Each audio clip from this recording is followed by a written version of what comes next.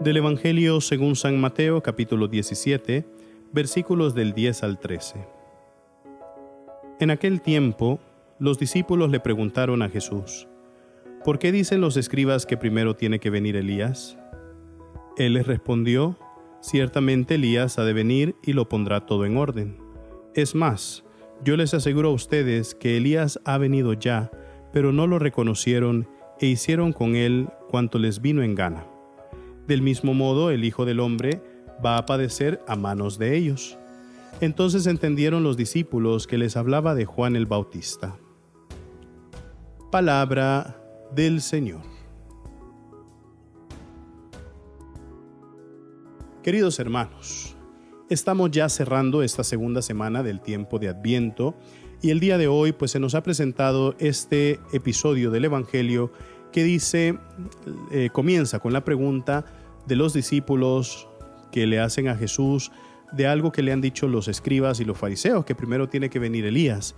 Y Jesucristo responde inmediatamente: sí, tienes razón, Elías tiene que venir y tiene que poner las cosas en orden, pero ya se dieron cuenta ustedes de que vino y ni siquiera le hicieron caso. Es más, hicieron con él lo que les vino a la gana. Y es cierto, queridos hermanos, el domingo pasado, recuerden, nosotros veíamos la introducción del ministerio de San Juan Bautista en el Evangelio y cómo él se ponía a predicar. Él tenía una predicación muy sencilla pero muy poderosa. Él decía: arrepiéntanse porque está cerca el reino de los cielos. Y después veía cómo muchos fariseos, saduceos llegaban a donde él a bautizarse. Y Juan el Bautista venía y los trataba de una forma dura, ¿verdad? Decía: raza de víboras.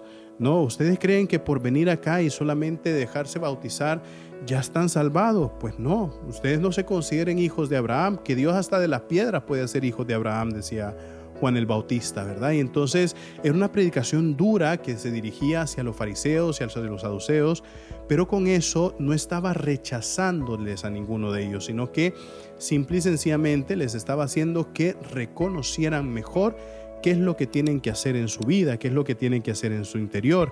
Y por eso Juan el Bautista decía: con las obras es que ustedes van a darse cuenta si han entrado en la conversión. Y por eso ahora los discípulos reconocen que cuando Jesucristo dice: Elías ya vino, pero no le hicieron caso, sino que hicieron con él lo que les dio la gana, reconocieron, ¿no?, de que hablaba de Juan el Bautista. ¿Por qué? Porque al final aquellos fariseos, aquellos saduceos, aquellos que entraban en el bautismo de Juan, ya cuando él fue arrestado, ninguno de ellos fue ante Herodes para decirle: no, mira, él es un hombre bueno, merece que lo dejes libre, es un hombre de Dios, ha venido para anunciar cosas importantes. Ninguno de ellos, sino que al final pues se mantuvo solitario ahí en la cárcel hasta que el día que por un baile de la hija de Herodías viene decapitado, ¿verdad? Entonces ahí es a donde nosotros vemos, queridos hermanos, que en el fondo la historia del pueblo de Israel siempre se repite. Y ahí es a donde nosotros también vemos que nuestra historia, cuando no la sanamos, también se repite.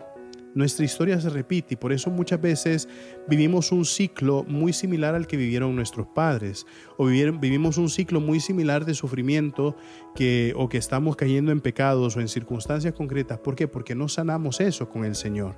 Es por eso que el Señor ahora nos vuelve a invitar una vez más a tener el oído atento y el corazón dispuesto. Y lo que decíamos un día de estos, la docilidad no es simple y sencillamente obedecer por querer obedecer, sino eso nos volvemos títeres, sino saber escuchar y tener la capacidad de absorber que aquella palabra que está llegando a mi vida es una palabra que me conduce hacia el bien, que me conduce hacia la salvación, y por ende la escucho y la pongo en práctica.